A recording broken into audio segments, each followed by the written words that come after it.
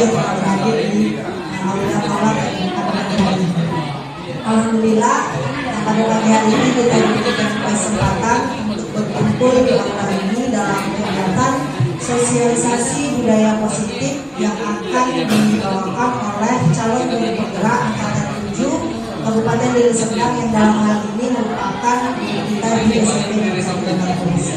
Untuk mempersingkat waktu, acara selanjutnya akan sambutan oleh kepala sekolah, dalam hal ini diwakilkan oleh Bapak Supriyanto selaku Wakil Kepala Sekolah Bidang Pendidikan. Pada Bapak dipersilakan.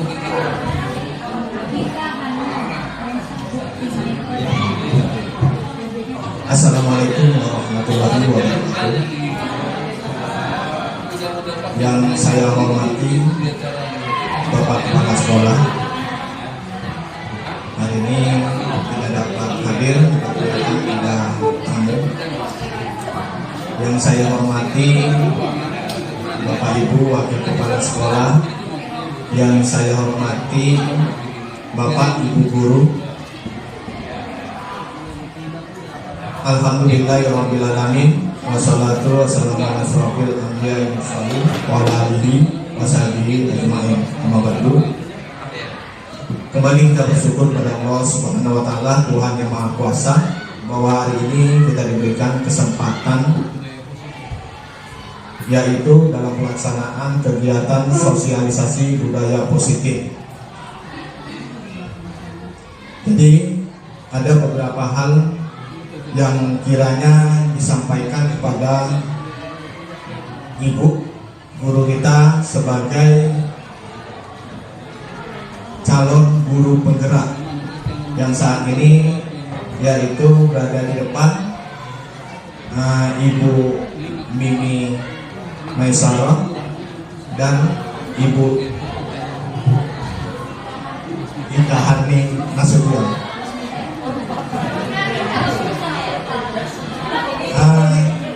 Ada beberapa hal yang disosialisasikan, yaitu mengenai budaya positif. Artinya ini adalah pembiasan kepada kita semuanya yang berkaitan dengan budaya positif di sekolah kita.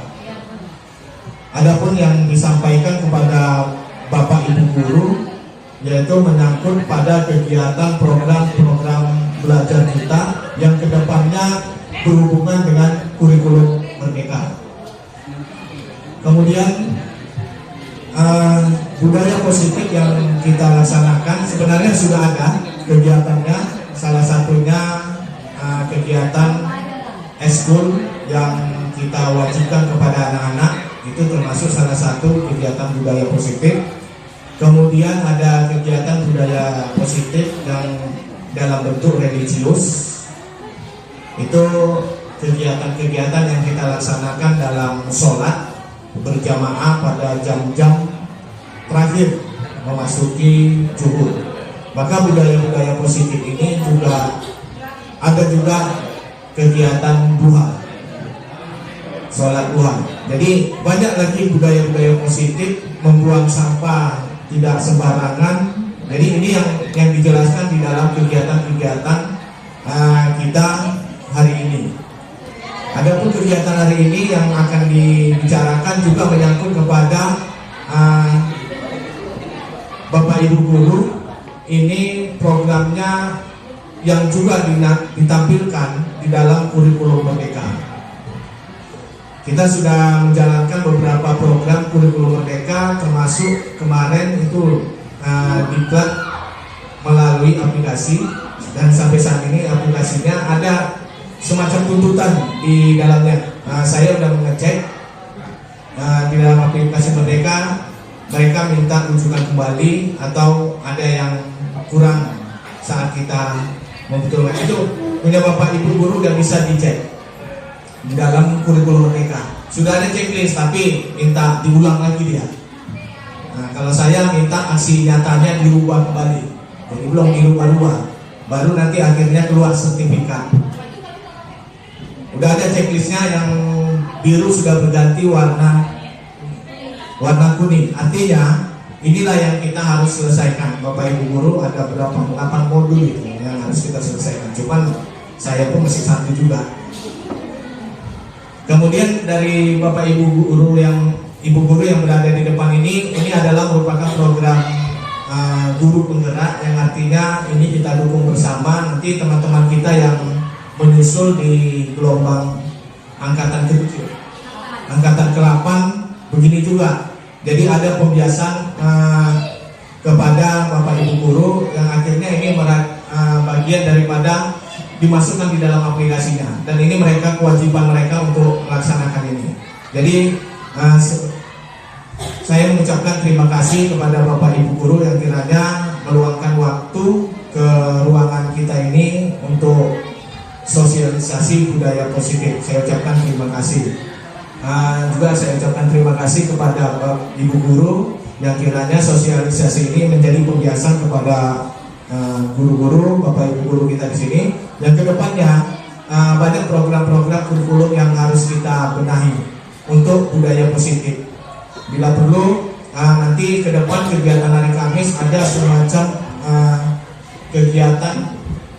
Kalau di sekolah lain ada semacam pidato bahasa Inggris, ya kan Bu, menampilkan anak-anak. Kita sudah menilai bahwa anak-anak itu kalau sudah tampil di depan dan berpidato bahasa Inggris, literasi secara menyeluruh itu sangat baik. Jadi ada sebenarnya momen-momen seperti itu. Program literasi kita masih sangat minim di sini.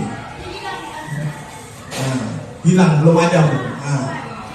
Jadi ke depan nanti di kurikulum merdeka kita ada kegiatan-kegiatannya, bahkan nanti ada kegiatan yang harus dikerjakan dalam beberapa guru untuk kegiatan-kegiatan kurikulum merdeka. Tapi kita belum ada ketentuannya karena ini masih kurikulum yang 13, tapi sudah berjalan. Jadi saya harapkan Bapak Ibu guru dalam kegiatan berjalan ke transisi ke kurikulum merdeka, kita sudah harus siap semuanya. Tahun depan sudah kurikulum merdeka, dan kita harus siap dengan kegiatan pembelajaran melaksanakan kegiatan proyek-proyek. Karena 70% kegiatan penilaian adalah proyek di dalam penilaiannya. Ini membuktikan bahwa raport yang kita print kemarin itu cukup, dia cuma 1 nilai, dan di dalamnya sudah kita masukkan. Nanti kedepannya akan berubah di kurikulum merdeka di tahun ajaran baru. Demikian itu aja yang saya sampaikan. Akhirul kalam, wabillahi taufiq wal hidayah. Assalamualaikum warahmatullahi wabarakatuh. Terima kasih kepada Bapak Prianto. Acara selanjutnya pemaparan materi yang akan dibawakan oleh pemateri yang pertama, Ibu Nina.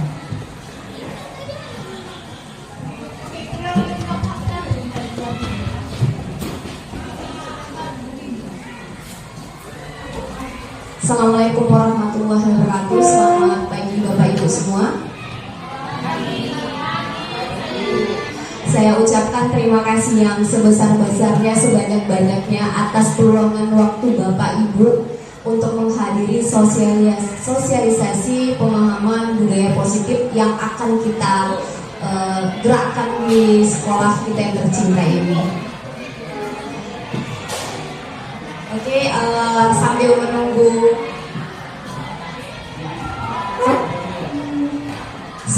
menunggu slide-nya ditampilkan, saya akan memperkenalkan diri sekali lagi. Perkenalkan, nama saya Mimi Maisara, SPD. Saya calon angkatan guru penggerak angkatan 7 Kabupaten Deli Serdang, dan di sini saya bersama teman saya Ika Harina Serpion. Nanti kami akan saling bergantian untuk memaparkan sosialisasi tentang pemahaman budaya positif di sini.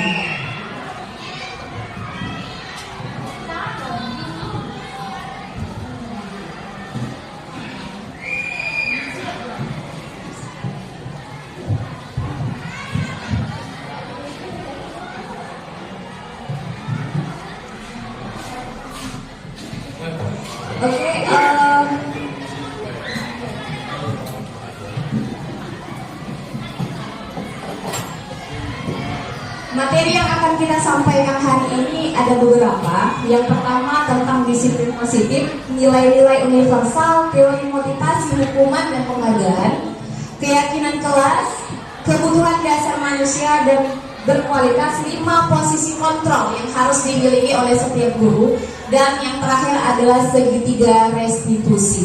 Untuk saya sendiri saya akan memaparkan disiplin positif, nilai-nilai universal, teori motivasi, hukum dan penghargaan, keyakinan kelas, kebutuhan dasar manusia dan dunia berkualitas. Nanti untuk 5 posisi kontrol sama restitusi segitiga itu nanti akan disampaikan sama teman kita Ibu Ika Harini Nasution. Oke, ini yang pertama yaitu tentang disiplin positif dan nilai-nilai universal. Sebenarnya kata-kata disiplin ini udah gak asing lagi di telinga kita ya kan. Kata-kata disiplin ini biasanya untuk apa ya Bapak Ibu? Kalau di kelas atau di sekolah disiplin gitu. Iya, untuk mematuhi, benar Bu. Terus apalagi kata-kata disiplin di sini? Iya, tata tertib. Jadi kalau kata-kata disiplin di sini adalah untuk mematuhi, untuk menaati tata tertib yang sudah ada. Jadi di sini disiplin ini adalah suatu tata tertib yang dapat mengatur tatanan kehidupan pribadi dan kelompok. Jadi kata disiplin ini supaya lebih terarah lagi, ya kan Bapak Ibu? Kata disiplin lebih terarah lagi. Terus kata disiplin di sini udah ada belum ya di sekolah kita?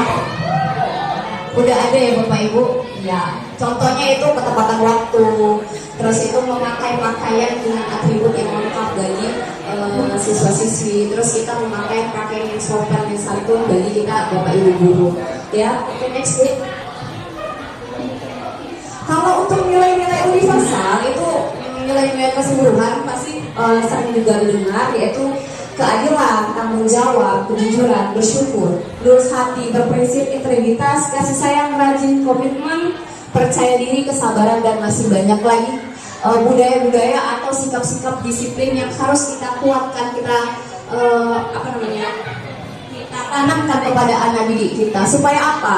Budaya positif ini nanti mengarah ke yang namanya kurikulum merdeka, yaitu kita harus menciptakan peserta didik yang berprofil Pancasila, di mana ada 6 kalau tidak salah ya. Yang pertama itu ketuhanan yang Maha Esa dan akhlak yang mulia, jujur, terus itu apalagi kreativitas, berpikir kritis, jadi gotong royong. Jadi semua ini budaya positif ini nanti akan mengarah ke profil pelajar Pancasila yang akan kita buat untuk anak-anak kita.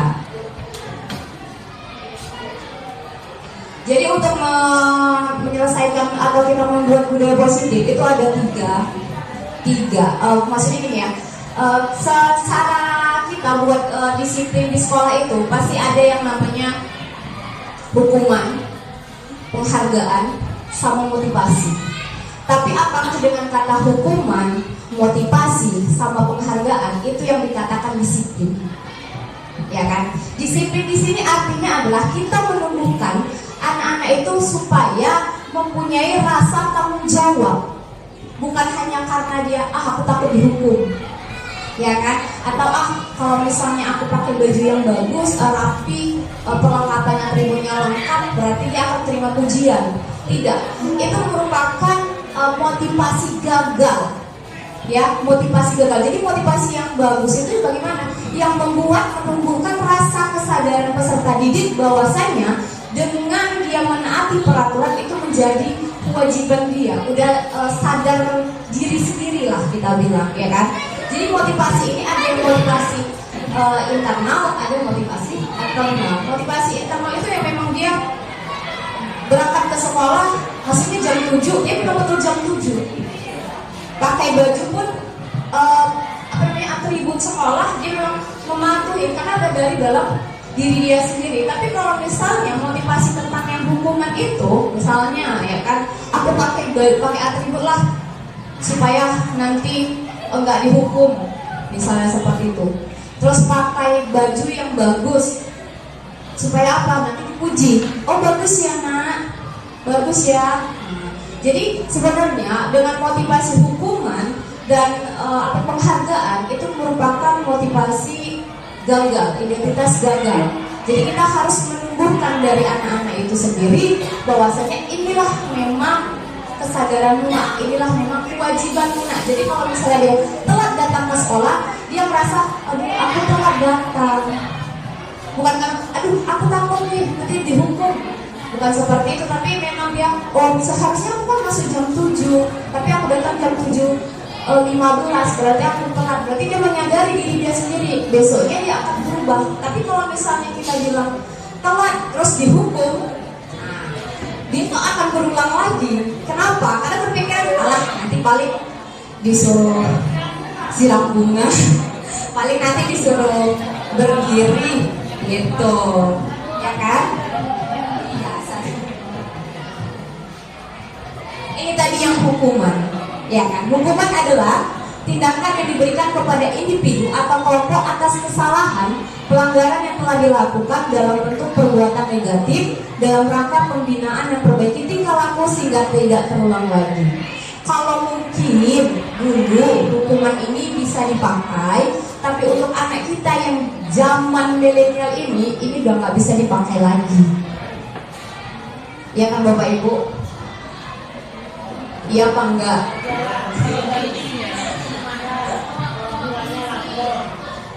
Polisi gitu. Jadi bagaimana caranya supaya ini kita kasih motivasi yang eksternal, kita kasih motivasi yang memang kita motivasi anak-anak ini gitu. Jadi kalau hukuman untuk kurikulum merdeka itu udah nggak dipakai lagi. Ada yang namanya konsekuensi. Konsekuensi ini sama hukuman beda-beda tipis. Kalau misal hukuman biasanya kita lakukan secara spontan. Secara spontan, misalnya nggak kerjakan PR, terus itu kita bilang cuci kamar mandi. Nah itu hukuman, ya secara spontan. Tapi kalau konsekuensi, dia itu nggak beda tipis dengan hukuman sih. Konsekuensi tapi ada yang namanya kesepakatan. Ada yang namanya kesepakatan. Jadi kalau kesepakatan gini, hari ini kita ada tugas, kalau yang nggak kumpulkan kita apain? Nah, jadi ada kesepakatan dua belah pihak. Tapi kalau hukuman dia cuma satu arah. Tapi kalau konsekuensi dia ke dua arah. Jadi kita tanya mau diapakan? Mau diapakan? Jadi cocoknya diapain? Tapi untuk konsekuensi dan hukuman itu untuk kedepannya mungkin jangan dipakai lagi. Karena ya kan? Tapi berat memang. Dengan kondisi ya kita tahulah sendiri anak-anak kita ini ya kan, cuman ini jadi PR kita bersama supaya gimana caranya kita itu sebagai guru itu tidak memberikan hukuman lagi kepada anak-anak ya kan, karena yang menuntutnya itu adalah kurikulum merdeka ini adalah kita itu berpihak kepada anak, pembelajaran yang berpihak pada anak, bukan berarti anak mau main-main silahkan, anak mau keluar silahkan, tidak punya adab bukan karena yang dikatakan berpihak kepada murid itu bukan gini ya Bu ya, nanti ada salah persepsi pula. Anak kita lagi kerangkan, anak disuruh main-mainnya, kita biarkan, tidak seperti itu. Terus anak nanti mau keluar aja mau kamar mandi, atau Bu aku mau ke kantin lapar. Misalnya seperti itu. Tidak, bukan kebablasan seperti itu yang dikatakan kurikulum merdeka belajar, tapi ada arahan-arahannya. Ya, kita hanya bisa menuntun anak kepada kodrat alam dan kodrat zaman. Oke? Memang ya saya rasa pun saya sendiri yang sebagai wali kelas 72 itu ya luar biasa. Ya kalau Bapak masuk di kelas 72 juga anaknya super sekali. Nah, super sekali ya. Kalau misalnya yang belum pernah masuk silahkanlah Bu sekali-sekali dikunjungilah kelas 72 itu ya. Jadi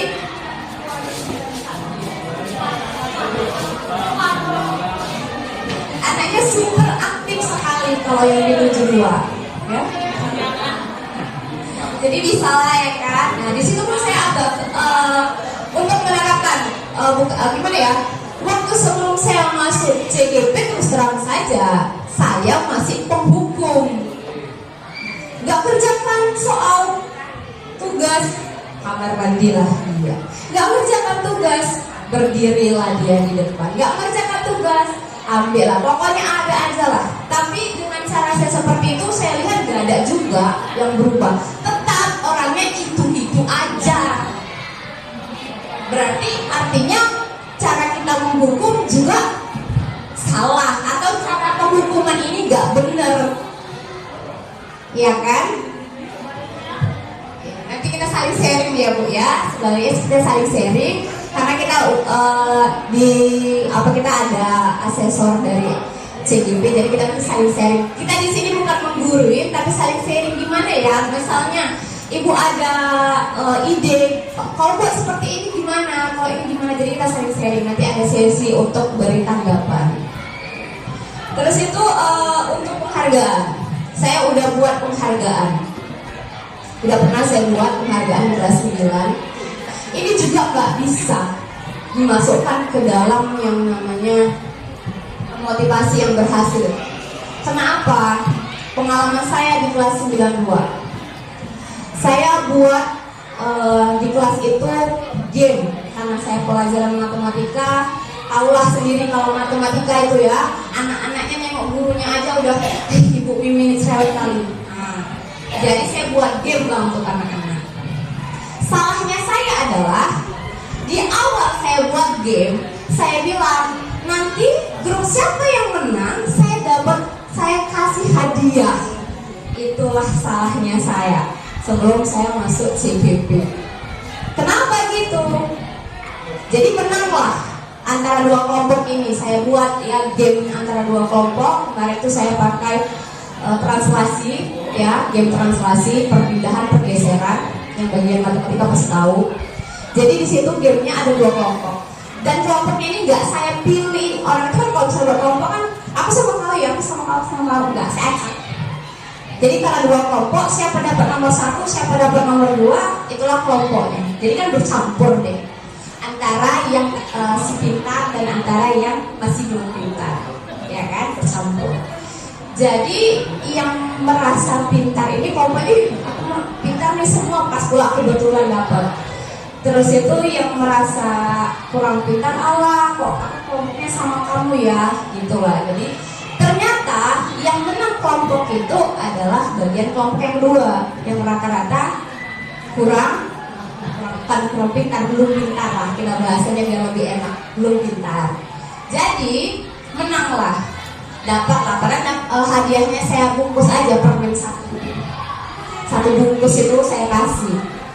Senang mereka. Yang merasa pintar ini mukanya itu kayak kok bisa kalah ya, gitu kan, kok bisa kalah.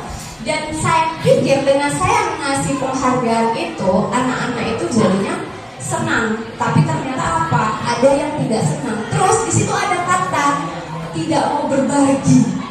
Saya kasih buat 1 bungkus itu kan banyak ya, 1 kelas cukup. Tapi yang dikasih cuma kelompoknya aja. Kalau kita namanya teman ya, kalau dia misalnya nggak dapet, ya udah kita kasih rata ya kan Bu. Nah, disitulah saya lihat, oh berarti benar bahwasanya penghargaan itu nggak bisa dijadikan motivasi untuk anak-anak belajar. Karena apa? Pikirannya itu nanti kalau aku menang pasti aku dapat hadiah. Nanti kalau aku kalah ya nggak dapat. Jadi pikirannya itu cuma itu aja, bukan dia menghayati pembelajarannya. Translasi itu kemana, gesernya kemana, kalau kiri kemana, kanan kemana, kalau kanan apa tandanya, kiri apa tandanya. Jadi mereka itu cuma aku dapat hadiah, hore Bu, besok buat lagi ya game ya, buat lagi ya Bu, hadiahnya apa ya Bu? Itu udah saya buat juga di kelas 9 kemarin. Jadi kalau penghargaan ini nggak bisa kita kasih. Boleh kasih penghargaan, boleh. Dengan syarat apa? Jangan dibilang dulu. sama anak-anaknya. Jangan bilang. Jadi kalau misalnya untuk anak itu kan, jadi kalau nggak bilang, nggak tahu ada hadiahnya, berarti kan dia memang betul-betul bersungguh-sungguh, ya kan? Setelah udah dapat kasih hadiah, itu baru boleh. Saya rasa boleh ya.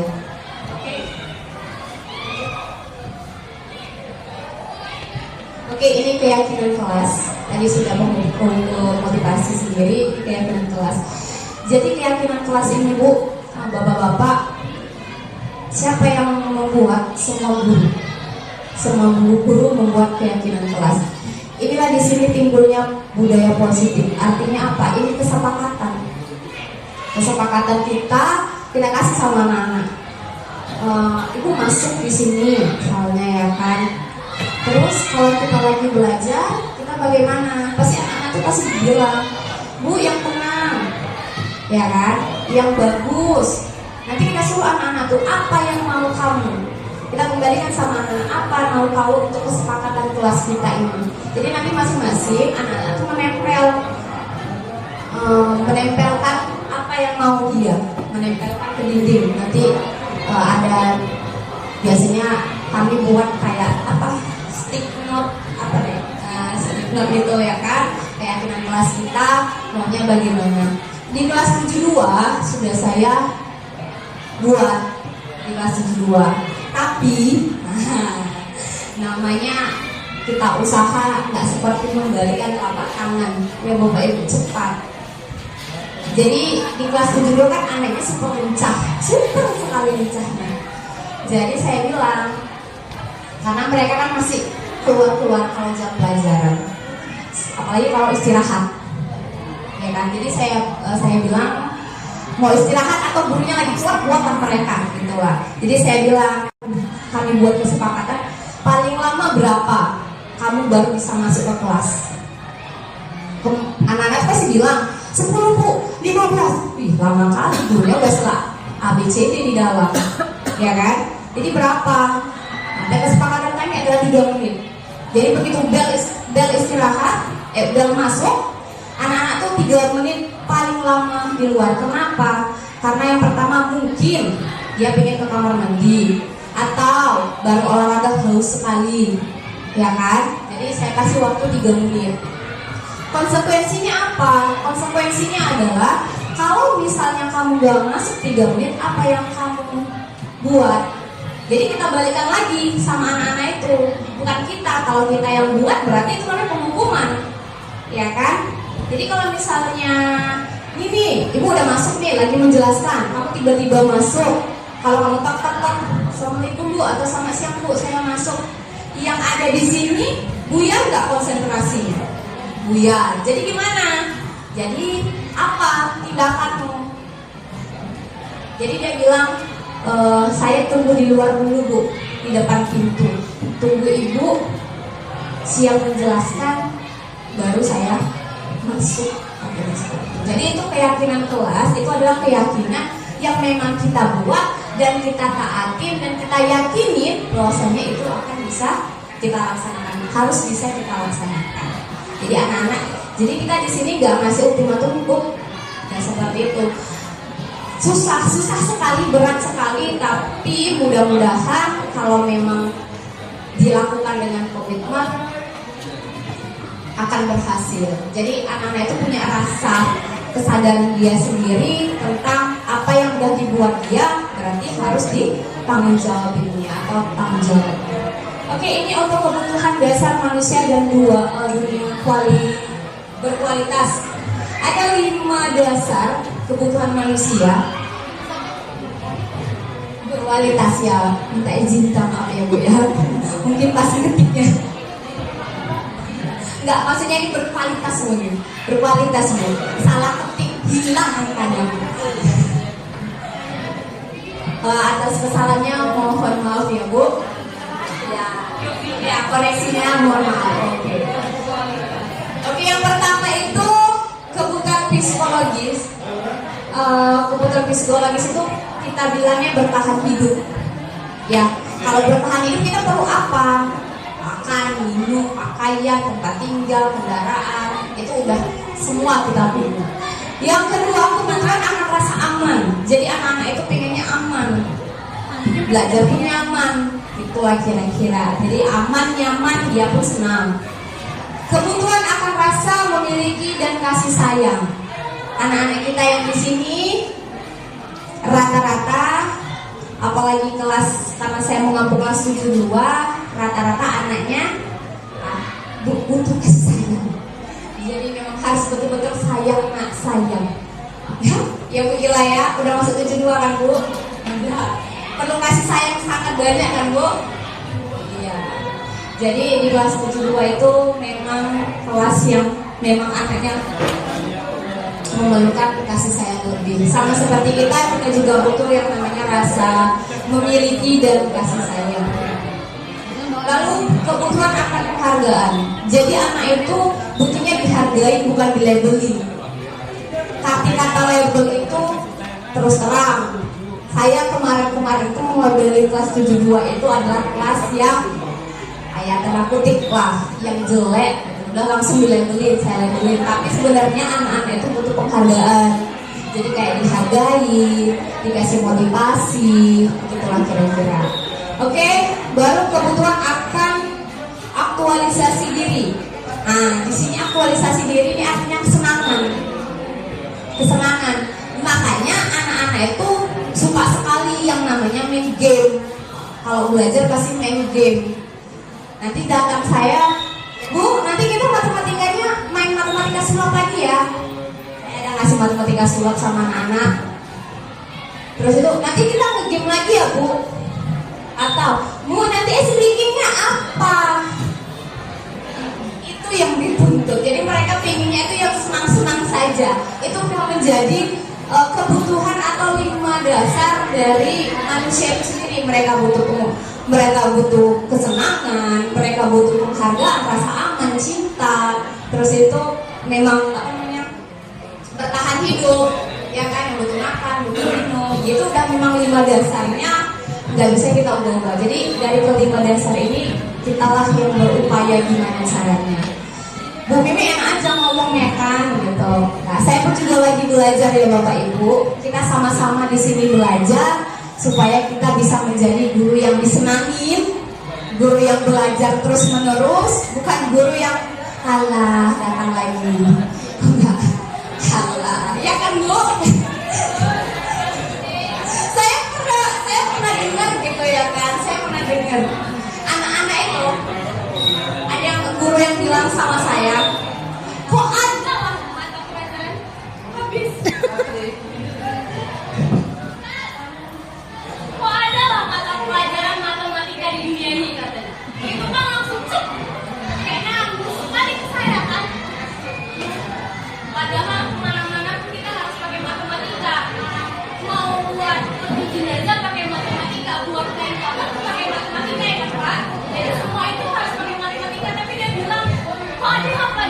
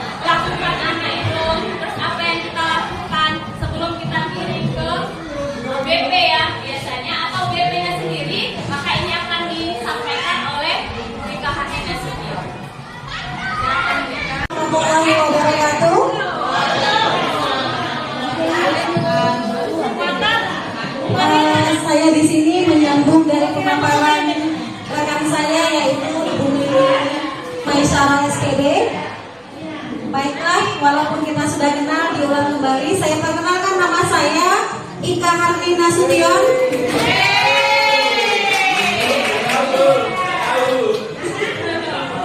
Asal sekolah saya dari SMP Negeri 1 Batang Luis. Saya adalah salah satu calon guru penggerak Angkatan 7 Kabupaten Deli Serdang.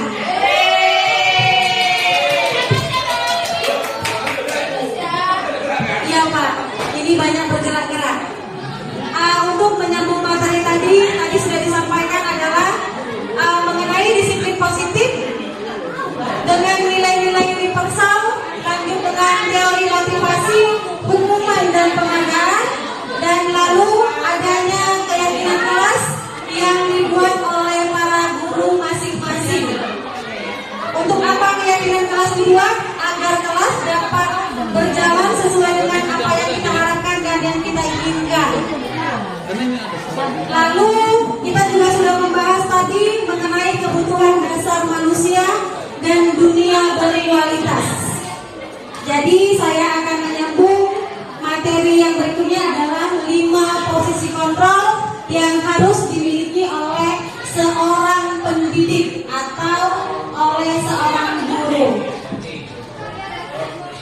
5 posisi kontrol yang harus kita miliki, salah satunya adalah sebagai penghukum, yang kedua pembuat rasa bersalah, yang ketiga guru sebagai teman, yang keempat guru sebagai pemantau, dan yang kelima adalah guru sebagai manajer.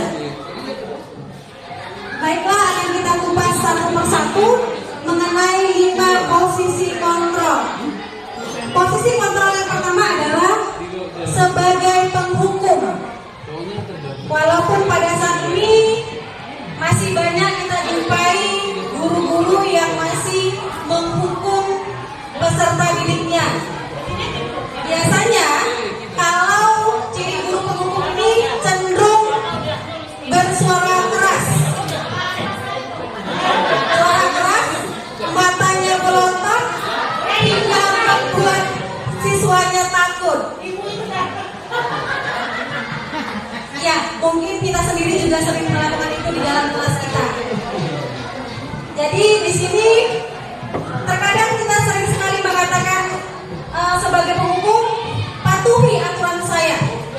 Jika kamu tidak mematuhi aturan saya, maka kamu siap menerima hukuman dari saya.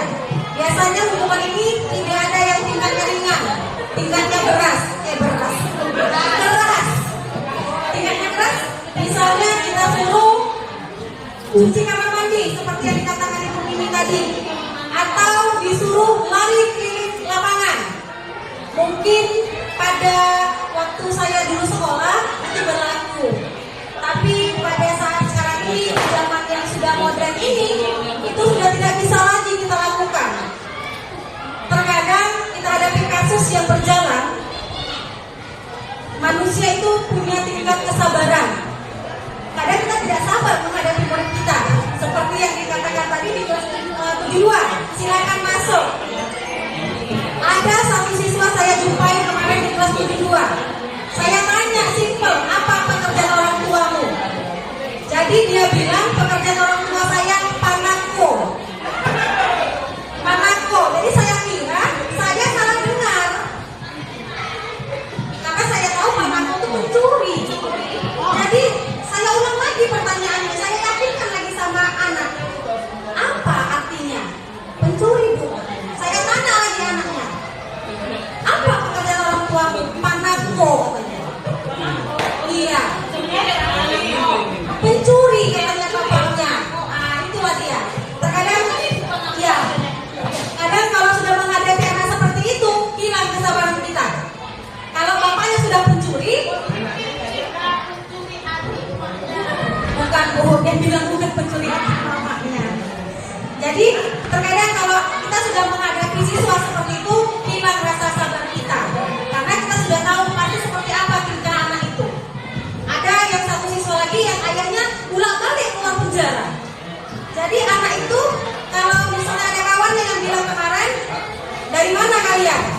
Kata temanku dari kamar mandi. Apa dia bilang?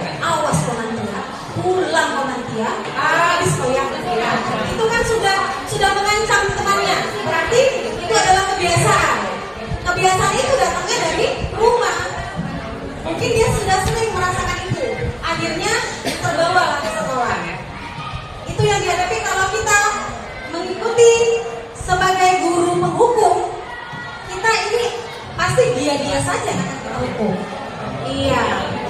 Walaupun sebenarnya butuh rasa kasih sayang, kita sudah coba belai-belai, ayo nak belajar, tapi terkadang memang berat untuk menyatakan itu sebenarnya. Jadi di sini itulah dia. Kamu selalu saja salah. Sebenarnya itu akan memukul perasaannya. Kita memukul perasaannya. Mungkin kita tadi butuh kasih sayang yang mau kita urusin, tapi rasa kita saking banyaknya siswa yang harus kita urusi, kita nggak sempat mengurusi satu persatu siswanya. Ini yang terkadang menjadi kendala buat kita. Jadi gini ya, guru seperti ini senantiasa percaya karena hanya ada satu cara, yaitu kita hukum siswa itu. Nah itulah, jadi kira-kira kita dalam 5 posisi kontrol ini kita masuk kemana? Oke? Yang kedua,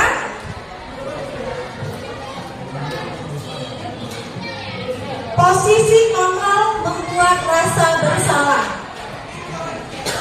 Kalau posisi ini biasanya kita akan bertanya kepada siswa yang bermasalah tersebut, membuat dia merasa bersalah dengan apa yang sudah dia lakukan. Contohnya misalnya, ibu sangat kecewa sekali dengan kamu. Seolah-olah memang kita punya harapan besar terhadap siswa tersebut. Berapa kali ibu harus memberitahu kamu ya, kenapa kok sikap kamu tidak berubah. Jadi siswa itu akan merasa bersalah. Jadi di sini murid akan memiliki pemikiran sendiri tentang dirinya. Dia akan merasa, oh seburuk itu kak aku. Jadi dia merasa kecewa, merasa tidak berharga. Itu yang kalau kita menjadi guru yang dalam posisi membuat rasa bersalah. Lalu ada posisi ketiga. Posisi kita itu adalah sebagai teman. Guru sebagai teman untuk siswa-siswanya. Ini adalah hal baik karena kita bisa merangkul siswa kita itu agar bisa patuh dan mengikuti apa aturan kita. Tapi terkadang ini berdampak negatif buat siswanya. Kenapa? Karena siswa ini tidak bisa mandiri. Jadi dia terlalu manja dengan kita, main care. Dan itu hanya berlaku buat kita yang mampu menjadikan diri kita sebagai teman buat mereka. Kalau ada guru lain yang masuk, maka itu tidak berlaku dengan guru tersebut. Makanya terkadang kalau dalam kelas ada guru yang suka mata pelajaran ini, ada yang siswa tidak suka dengan mata pelajaran ini. Nah, inilah di sini. Jadi kalau anak itu suka dengan kita, jadi terakhirnya anak itu tidak memiliki pendirian, akan terus merasa kita itu akan membela dia. Gitu. Masuk ke posisi keempat.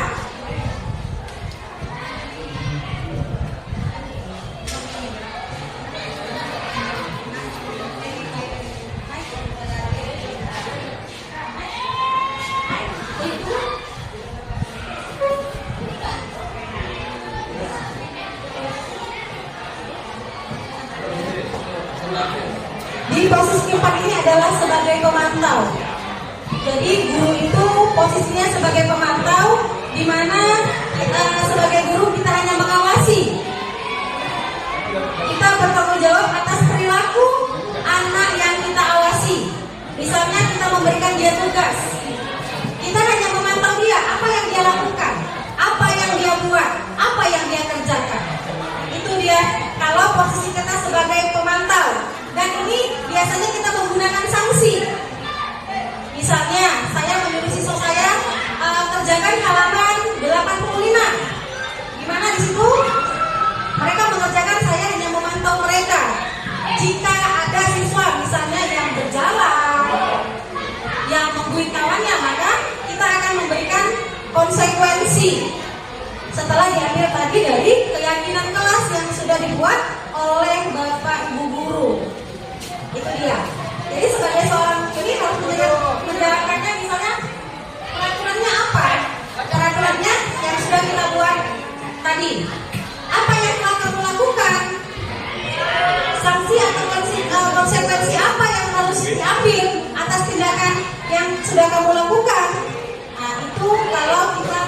dalam guru pemantau.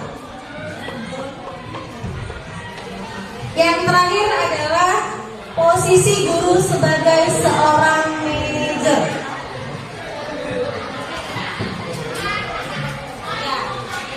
Yang kelima ini adalah posisi kontrol sebagai manajer, di mana posisi kontrol terakhir ini adalah posisi di mana guru berbuat sesuatu bersama dengan murid, mempersilahkan murid mempertanggungjawabkan apa yang sudah dia lakukan, mendukung murid agar dapat menemukan sebuah solusi dari setiap masalah yang mereka buat. Jadi seorang manajer ini harus memiliki keterampilan sebagai posisinya sebagai teman, posisinya sebagai pemantau. Maka dengan begitu posisi ini bisa dipegang oleh seorang guru. Apakah dari kelima posisi kontrol ini, saya tanya dulu Bapak Ibu guru, di manakah posisi kita sekarang? Sebagai pemantau kah? Manajer kah? Teman kah? Pendukung kah? Ayo yang mana Bapak Ibu? Ya, seluruh guru berharap kita memiliki kontrol sebagai seorang manajer, bisa menjadi seorang teman, bisa menjadi posisinya memantau siswa, mendukung siswa. Karena pada saat sekarang ini posisi guru ini adalah posisi sebagai fasilitator, bukan lagi seperti dulu memberikan bahan dengan ceramah, bercerita, tidak lagi seperti itu. Sekarang ini pembelajaran sudah berpihak kepada murid, inovatif, kreatif. Itu yang harus diciptakan terhadap peserta didik kita yang ada sekarang. Oke, yang bisa mengontrol kita adalah diri kita sendiri, bukan orang lain. Kalau orang lain kita kontrol, salah satunya adalah ada rasa takut. Nanti kalau aku nggak ikut, aku nggak siap tugas, nanti nilaiku rendah. Terkadang guru ini suka mengancam. Ya, jadi diharapkan seluruh kita seorang pendidik ini bisa masuk ke dalam posisi kontrol yang kelima, menjadi seorang manajer, di mana di situ kita sebagai teman dan sebagai pemantau yang bisa memotivasi peserta didik kita masing-masing. Lalu ada segitiga restitusi. Segitiga restitusi ini adalah bagaimana memecahkan sebuah masalah tanpa harus menghukum. Jadi restitusi adalah proses menciptakan kondisi bagi seorang murid untuk memperbaiki kesalahan mereka, supaya mereka itu bisa memperbaiki segala kesalahan yang mereka buat. Di sini ada disiplin mengenai restitusi. Metode ini untuk menyusun kembali model disiplin di sekolah. Jadi dengan cara kita membuat sebuah keyakinan kelas. Nah, ini adalah segitiga restitusi. Disinilah seorang guru harus bijak dalam menyelesaikan sebuah masalah yang terjadi terhadap siswanya. Inilah kita kalau sudah menjadi sebagai guru yang dapat mengontrol, sebagai manajer. Satu, kita bisa menyelesaikan masalah dengan menstabilkan identitas. Menstabilkan identitas ini memberitahu di mana salahnya. Misalnya siswa terlambat, kita tidak boleh marah. Kenapa terlambat? Kok bisa terlambat kamu? Kenapa bangunnya telat? Apa nggak bisa dimarahan? Itu tidak boleh. Kita tidak boleh menghadapinya seperti itu. Kita tanya dulu baik-baik. Kenapa? Apa masalah yang dihadapinya? Baru kita masuk ke validasi tindakan yang salah. Jadi kalau kamu terlambat, kamu merasa tidak kalau kamu itu masuk dalam kelas mengganggu teman-temannya. Nah, kalau kamu merasa mengganggu teman-temannya, apa yang harus dilakukan berikutnya? Masuklah kita menanyakan keyakinan. Dengan kamu masuk ke dalam kelas terlambat, mengganggu kondisi ruangan kelas. Jadi Kira-kira apa yang harus dilakukan? Karena kita sebagai seorang guru tidak lagi menanyakan benar atau salah, tapi kita bertanya, bisa nggak sikap ini bisa berubah? Keterlambatan dia membuat tugas, dia tidak membuat tugas. Jadi seorang guru itu tidak lagi bertanya dengan kata marah, tapi dengan kita menggunakan segitiga restitusi ini. Bertanya mulai menstabilkan identitas, memvalidasi tindakan yang salah, baru yang terakhir adalah menanyakan keyakinan. Dengan menanyakan keyakinan ini bisa tidak berubah? Bisa tidak mulai besok, lusa dan seterusnya kamu tidak terlambat lagi. Maka disinilah siswa itu akan mulai berpikir, oh iya, aku hari ini kalau aku terlambat, aku mengganggu waktu temanku. Kenapa?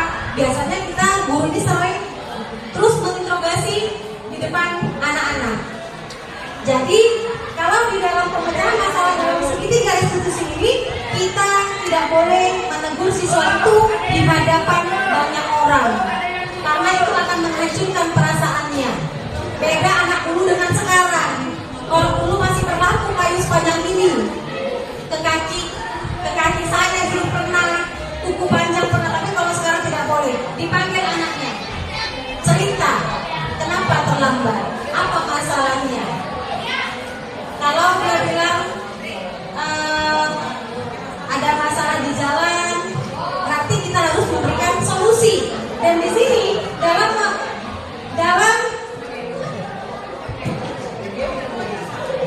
menanyakan keyakinan itu, kita sebagai guru harus bisa memberikan solusi.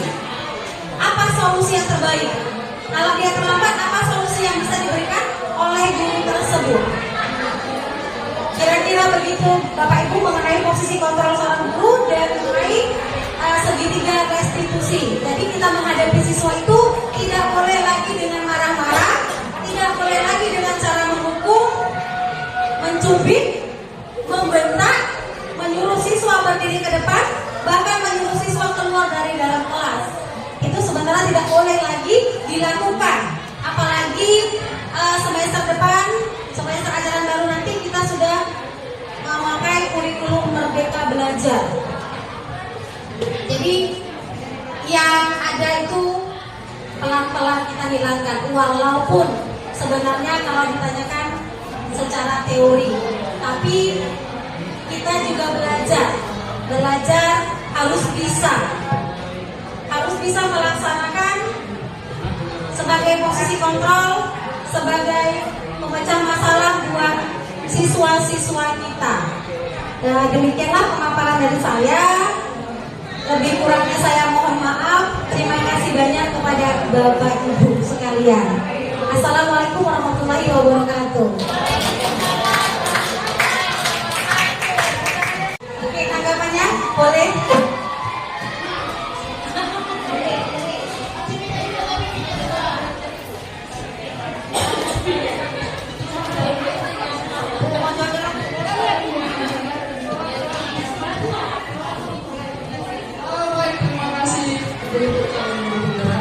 Perkenalkan nama saya Disnawati Naraban dari Grup Juga. SMP di juga. Terima kasih luar biasa pemaparannya Bapak Ibu yang kita dengarkan dari tadi. Walaupun saya tidak sama-sama mendengar suara anak, sama-sama mendengar ibu-ibu bicara.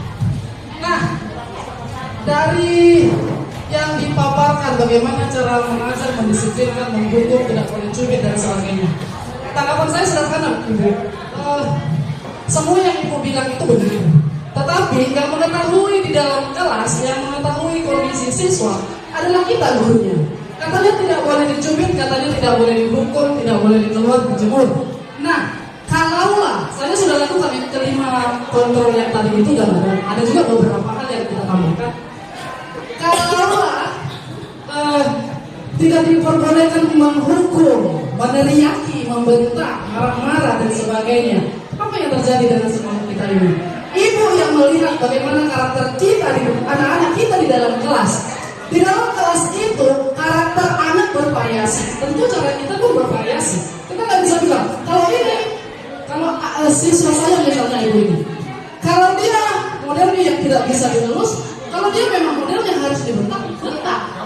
Kalau dia modelnya memang harus dibeginikan, jangan gitu ya nak. Begitu kan? Jadi tidak ada satu patokan menurut saya ya. Menurut saya Bapak Ibu, tidak ada satu patokan. Oh nggak boleh gitu. Ini kurikulum mau merdeka gitu. Saya pun sebagai guru merdeka gitu kan. Saya harus kenali satu-satu. Oh ini nggak bisa dimanjain. Oh ini nggak bisa dijadikan teman. Oh yang ini tidak bisa dibentak. Gitu. Jadi bagus sih bagus. Cuma kesannya kayak kita mau beralih dari yang lama ke yang baru itu memang sulit prosesnya gitu kan. Saran saya sih, pesan saya, tanggapan saya itu kembali ke kita selaku guru yang mengenai psikologi anak gitu. Kalau memang perlu panggil orang tua ya dipanggil, kalau dia memang harus dijemur ya dijemur. Itu saya menurut hemat saya, apakah itu baik menurut guru-guru penggerak? Dan harapan saya dan kami pun sebenarnya Bapak Ibu guru penggerak yang menjadi pionnya ke depan, kami akan mencontoh bagaimana Bapak Ibu yang sudah menjadi guru penggerak di sekolah ini. Kami akan lihat bagaimana sih ibu itu kok bisa ya gitu, gimana yang supaya dia tidak marah ya gitu. Ibu-ibu yang akan jadi pionnya di sekolah ini gitu. Kami akan lihat. Tapi kalau sejauh ini yang saya pribadi terapkan memang kenali karakter anak. Apa kelemahannya, apa kelebihannya. Kalau dia tidak bisa dibegitukan, ya dibeginikan. Kalau dia tidak bisa dibeginikan, ya dibegitukan, gitu kan. Bagaimana supaya proses belajar di kelas itu bisa berjalan dengan baik. Makanya kita punya psikologi masing-masing terhadap peserta didik kita masing-masing. Terima kasih, demikian.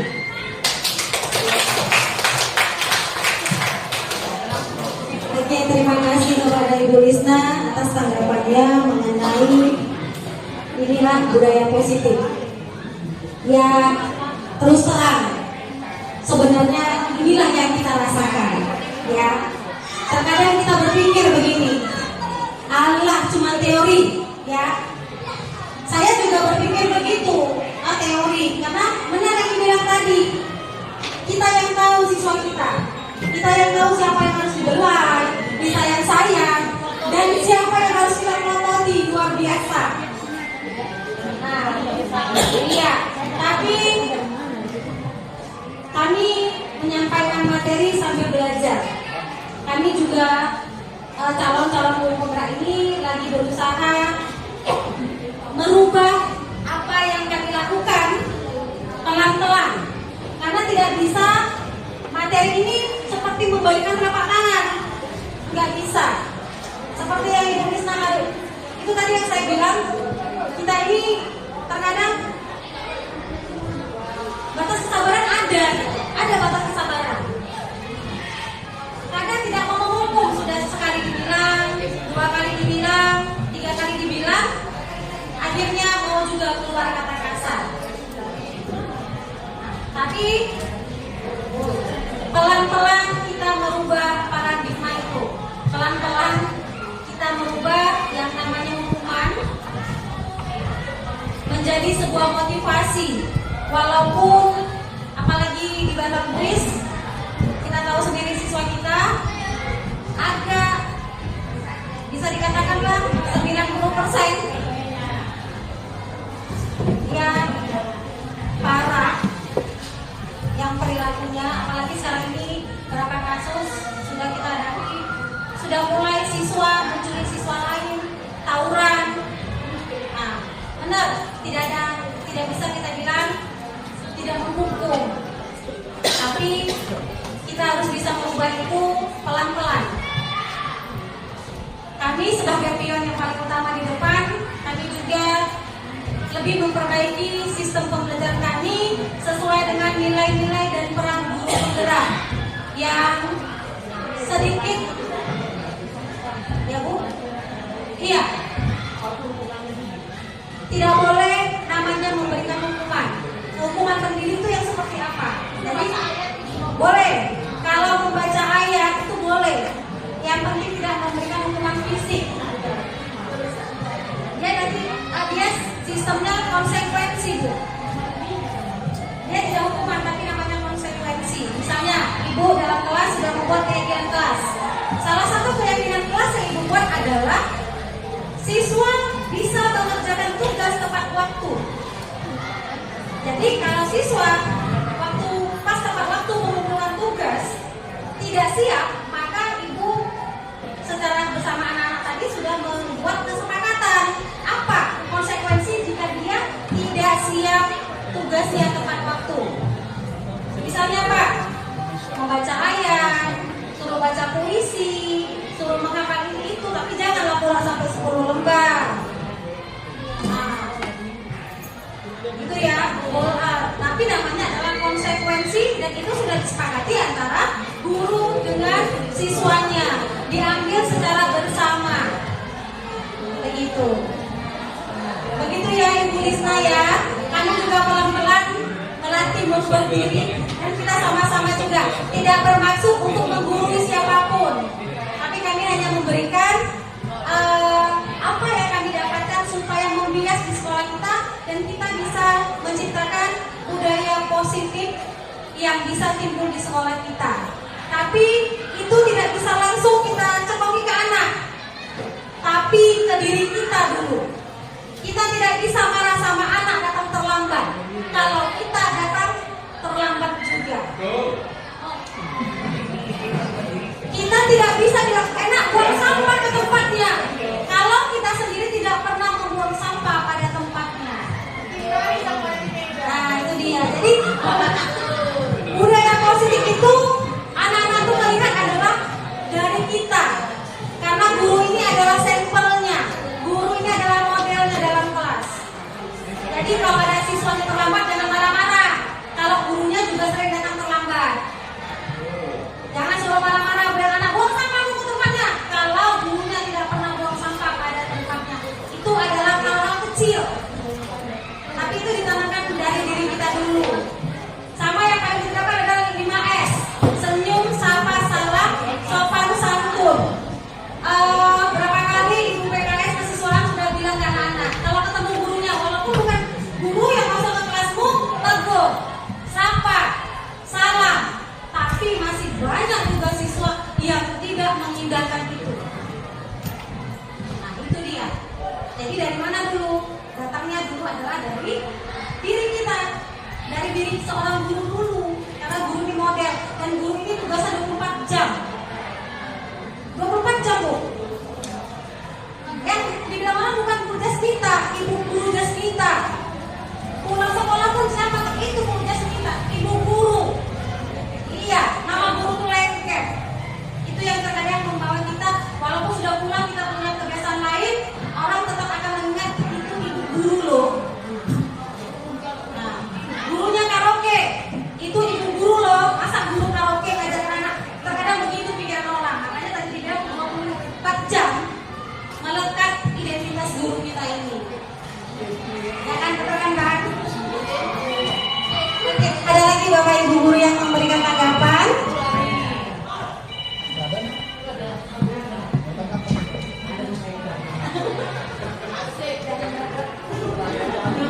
Sebelumnya kita diskusi. Kalaupun ada pertanyaan yang bersebutnya, akan kami merasakan dari karena kami kurang mengerti. Kemudian, Ibu, saya pernah ingat dulu sekarang saya sekolah pendidikan guru SPB. Jadi di samping kita diberangkatkan dengan kognitif kita diberangkatkan dengan pelajaran psikologi. Pelajaran psikologi ini kita menghadapi SD bagaimana, menghadapi SMP bagaimana, itu ilmu psikologinya. Di kelas 1 SMP anak itu mengalami makanya.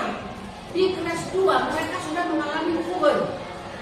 Puber itu bukan artinya menggatal, artinya peralihan dari anak-anak ke remaja. Nah di sini mereka itu kan sudah ada, kalau dibuat seperti wacana tadi itu tidak bisa memarahin. Kalau mungkin jangan dulu ya, memarahin itu dulu. Kalau anak-anak ini tidak diingatkan, sedangkan diingatkan mereka mau sepilih. Kemudian kalau kita ini dekat kepada mereka, bisa aja mereka tidak mengerjakan tugasnya.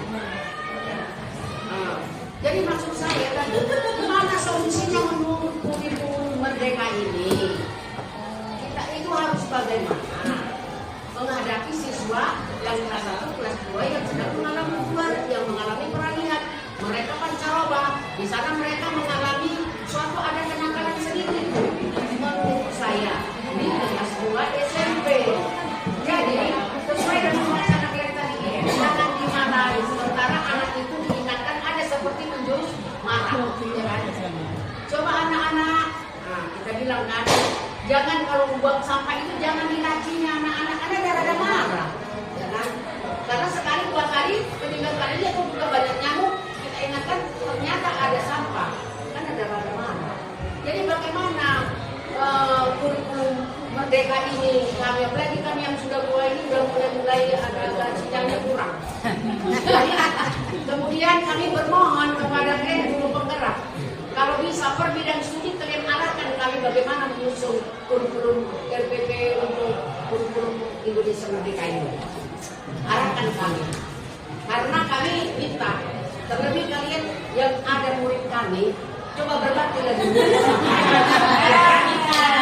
Ya kan, itu jadi bagaimanalah kami ini, karena kami ingin tahu dan menurut pengalaman kami dari tahun 87 mengajar anak itu memang anak itu kelas 2 SMP mereka mengalami perubahan dan kita harus beratnya mengerti bagaimana kalau tidak ada penekanan marah sedikit nggak bisa ada marah dia sedikit yang kemarin nanti dilaporkan contoh saya pernah bertetangga dengan mam saya juga menceritakan kawan dulu Pak Batia di 85 dengan 86 Bapak itu takut dia laporkan ke kantor polisi ada Bapak itu dia ngecek 85 saya ada 86 saya lihat Bapak ibu anak ini saya masuk ke kelas kalian kenapa ibu kalian bukannya Bapak ibu ya. Atau tak begitu suasana yang mau kita terapkan atau bagaimana ya kan itu ya ya terima kasih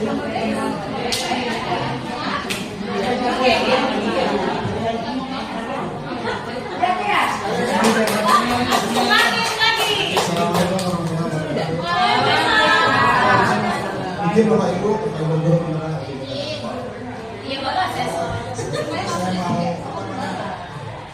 Saya ingin mendapatkan yang lebih itu tentang apa tadi? Segitiga restitusi dan kesepakatan kelas. Saya sudah dapat juga memang dari cewek saya sama. Makanya di rumah itu kan dalamnya malu. Jadi, tapi dapat juga dari sedikit-sedikit dapat juga. Di sini tadi masih belum apa juga belum jelas bagian gitu ya.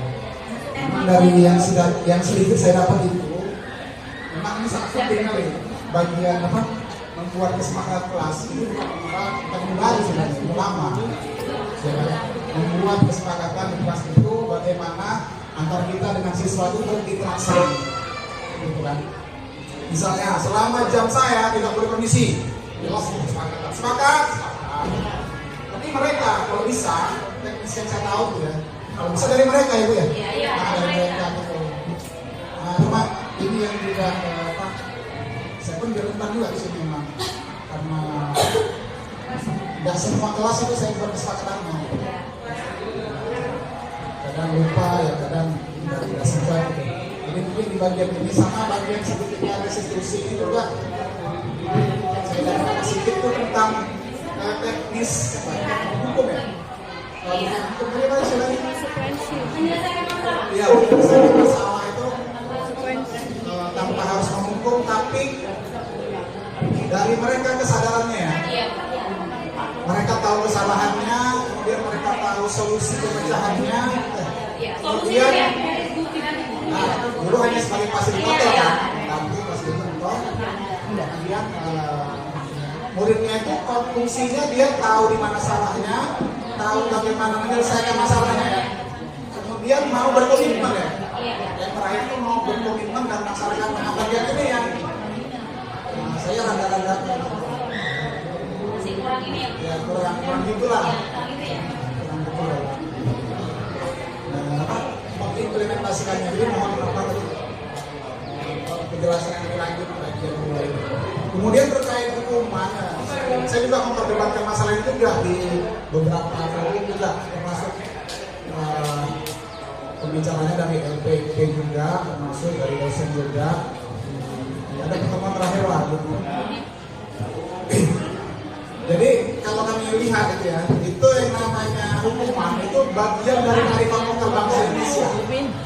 Jadi setiap daerah kita ini kan banyak ada ratus yang 500 lebih total. Itu kearifan lokalnya kan beda-beda. Orang Melayu dengan kearifannya, orang Karo dengan kearifannya, kalau sini ini asli, bagaimana dengan kearifannya. Orang sini itu dengan kearifannya. Terkadang kan kita itu karena bukan asalnya dari sini, kalau mendalangan sini, kita juga kadang-kadang nggak paham juga kearifan di sini itu maunya seperti apa. Gitu. Sebetulnya bukan nggak boleh dimarahi, cuma ada batasan-batasan hukum, batasan-batasan etika, adat istiadat juga yang berlaku. Kalau hukumnya kan itu kan yang nggak boleh kan kekerasan fisik dan kekerasan verbal, ya nggak boleh itu. Dan ini memang disepakati kan oleh Dewan Pendidikan kita kan nggak boleh kekerasan fisik dan kekerasan verbal. Tapi kalau marah itu boleh itu. Asal tadi jangan sampai ada kekerasan fisik dan kekerasan verbal. Dan sayangnya itu kan beberapa guru kita di sini yang alumni ya, Purna Bakti, itu terkenal dengan beberapa bisa dibilang ya maaf kekerasan verbalnya itu ya, bapak itu dulu ibu itu dulu suka bilang B1 kan misalkan di B1 lagi itu bapak ibu jadi kan ini kan PR kita bersama juga ini menghilangkan menjatuhkan harga dirinya itu guru yang bersama itu masa dibilangnya apa sih yang kau ajarkan belum masa tak hina itu kadang-kadang ya itu saya juga bisa pribadi ya mohon maaf ada murid yang ngadu tentang saya ya kasih tahu aja saya yang saya juga bisa mengubah saya ya itu termasuk bagian dari kekerasan psikologi yang mereka itu sebenarnya nggak suka gitu ya. Misalnya mungkin karena berasal dari keluarga yang tak mampu, kemudian kita nyeletuk gitu ya. Mungkin kita menganggap itu candaan biasa gitu, tapi bagi mereka itu dalam gitu. Kalau kita menyangkut ekonomi ya itu sudah miskin, nah sudah gitu katanya. Nggak boleh. Ini juga berusaha juga dari kemudian tadi ya itu komentarnya marah mungkin hanya definisinya aja berbeda bicara di sana juga maksudnya juga itu kalau masalah kearifan lokal juga adalah kita sesuaikan dengan kearifan desa baru ini dan kota desa baru. Nah kemudian masalah memperbaiki sekolah ini kan bukan hanya tugas apa ini guru penggerak ini tugas kita semua. Rumusnya itu kan mendidik anak itu rame-rame. Mendidik anak itu rame-rame. Yang menurut undang-undang itu kan pendidikan itu formal, informal dan non formal. Formalnya di sekolah, non formalnya di keluarga, dan masyarakat. Itu udah teori pendidikannya itu. Dan di undang-undang juga begitu. Saya sering kalau membantah masyarakat gitu aja. Kalau ada masyarakat yang jelek-jelekin kita, saya bilang itu aja. Kewajiban mendidik itu 3. Sekolah, keluarga, dan masyarakat. Jadi jangan salah di sekolah saja. Nah, jadi terkait ini di sekolah ini informalnya kan kita nih. Di sini pun kan kita harus rame-rame juga nih. Jadi kalau saya bilang, namanya kalau bisa itu, kalau bahasa teknikanya itu hardware, software, dan brandware-nya diperbaiki. Kalau brandware-nya nggak semua ya kan, sama-sama diperbaiki. Kemudian kalau bisa ini, kita di sini nggak ada peraturan tertulis. Dan saya dari 2006 ke sini sekarang sudah berapa tahun? 16 tahun dan 2017. Nggak ada sini peraturan tertulis. Peraturan di sini terucap semua. Dan peraturan tidak tertulis ini berbahaya istilahnya. Satu, kita nggak bisa jadi komitmen. Kayak mana pun kita membuat kesepakatan kelas, nggak bisa kita tindak, nggak bisa kita lanjutkan, kita teruskan menjadi reward and punishment yang betul-betul ya. Selama tertulisnya nggak ada. Waktu saya masuk misalnya 1 Medan, 2 Medan, itu masuk dulu. Kami dikasih buku dan ditandatangani. Bukunya itu berisi tentang tata tertib sekolah, lengkap tertulis. Sampai sekarang ready. Kita nggak ada sampai sekarang. Peraturan itu nggak ada, yang ada itu di mulut aja, riset aja. Nggak boleh bawa sampah sembarangan. Gitu. Nah ini penting nih. Iya, jadi kita nggak punya aturan tertulis, nggak punya aturan baku. Nah, jadi kita nanti susahnya kalau kita berhadapan sama orang tua siswa, ya kan? Yang misalnya, apa dasar bapak mengusir anak saya dari kelas gara-gara nggak ada simbolnya? Nggak ada peraturan tertulisnya. Saya cek bapak aja, mana peraturannya? Nggak ada. Ya kan? Antara kan kalau PPKM kan hukumnya ada 2, PPS gitu ya. Tertulis dan konvensi. Kita banyak kata tulis di sini. Jadi peraturan kita lebih cenderung apa? Cak-cakan. Lain tahun lain caknya. Kalau bisa, ini harus diselesaikan lagi. Hukum tertulis di sekolah kita, masuk pakaian, masuk bentuk hukumannya, tertulis standar itu sama hukumannya. Nah, terserah sampai buat apakah BK, siswa atau gabungannya, atau dibuat timnya, panitianya, itu bisa-bisa aja. Operasi ini kita buat peraturan kan? Operasi buat peraturan, STM buat peraturan. Itu tertulis semua. Karena kalau nggak tertulis nggak bisa kita jalankan. Ya saya kira ini sharing pendapat dan apa di pengalaman juga sama harapan ya bagi kita semua. Wassalamualaikum warahmatullahi wabarakatuh.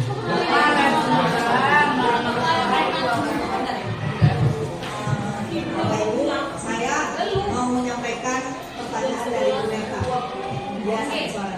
Jadi tadi Bu Meta ngomong sama saya, maksudnya mau masukannya. Jadi di kelas 71 itu pelajaran Bu Meta, di semester lalu dia udah buat kesepakatan kelas. Jadi dalam kelas itu kalau memang ribut denda Rp500, tapi diberikan sama siswa. Nah kebetulan juga kemarin saya baru mau visit ke rumah siswa terkait dengan anak kelas 71 juga. Nah orang tuanya bertanya sama saya. Kebetulan saya nggak tahu kesepakatannya kan. Ternyata ada di kelas ini kesepakatan. Kenapa Bu kok harus bayar kata orang tuanya? Jadi kan saya juga nggak tahu. Nah makanya mungkin bisa gimana caranya itu, apakah memang di proses itu ada proses kolaborasi antara orang tua dan yang lain-lainnya gitu. Karena kan ini kesepakatan kelas itu nantinya kan anak sendiri yang ngomong bayar Bu denda gitu, sementara mungkin nanti penyampaian di luar kan beda lagi. Ini kan masalahnya sensitif jadinya. Dan apakah memang kesepakatan itu harus disampaikan sama semua guru? Misalnya guru IPA udah buat kesepakatan, itu nanti disampaikan sama semua guru atau enggak? Terima kasih.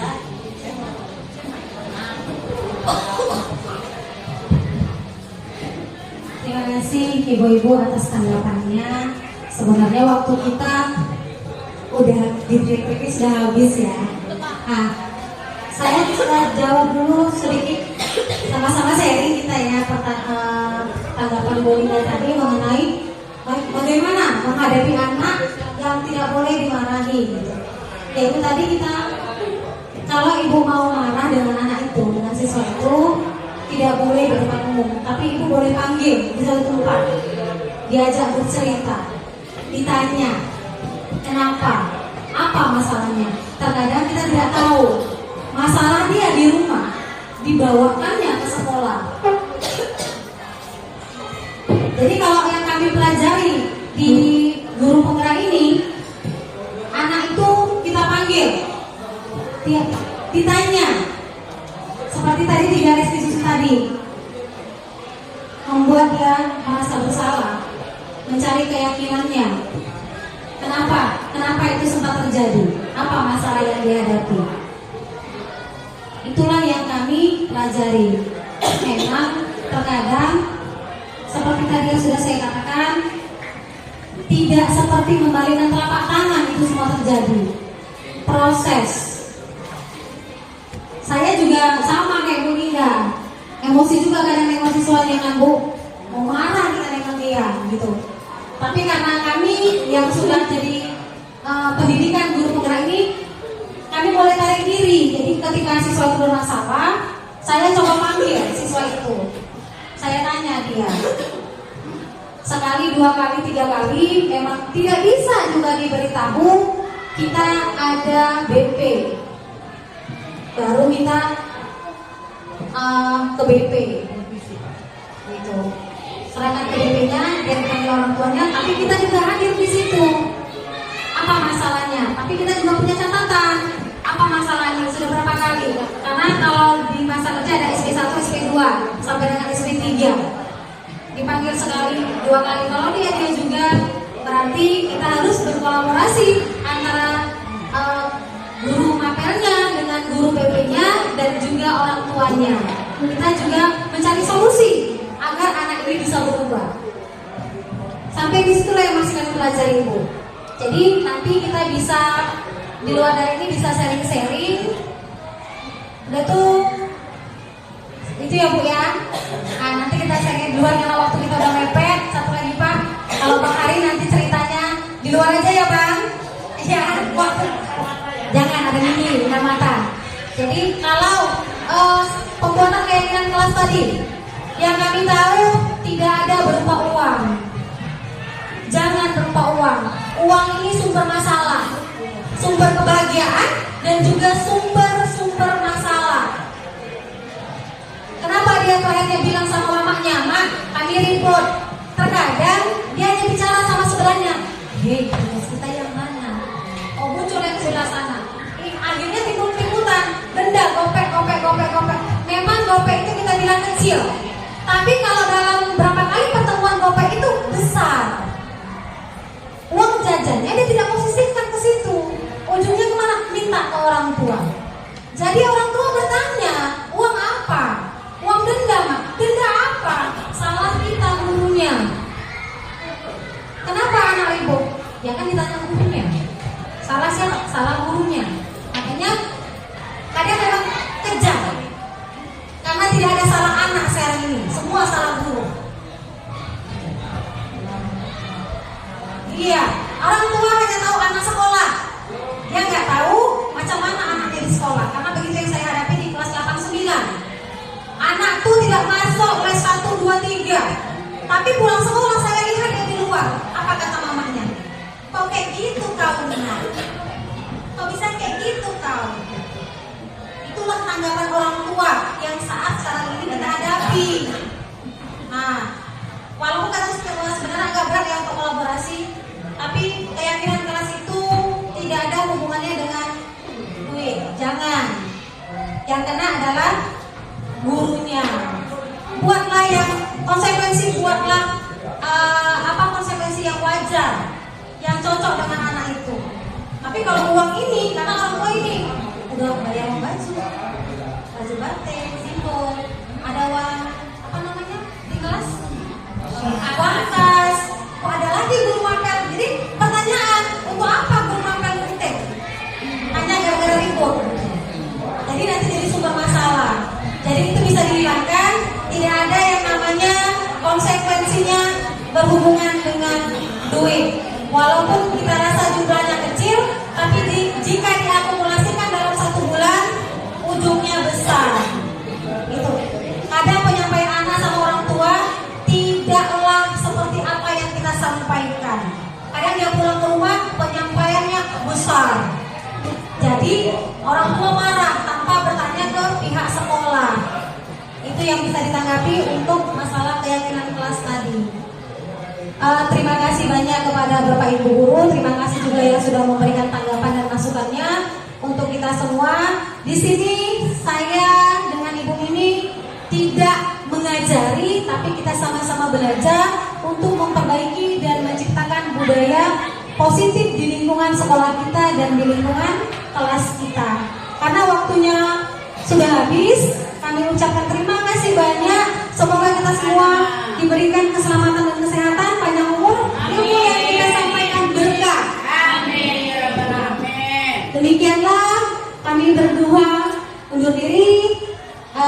Assalamualaikum warahmatullahi wabarakatuh.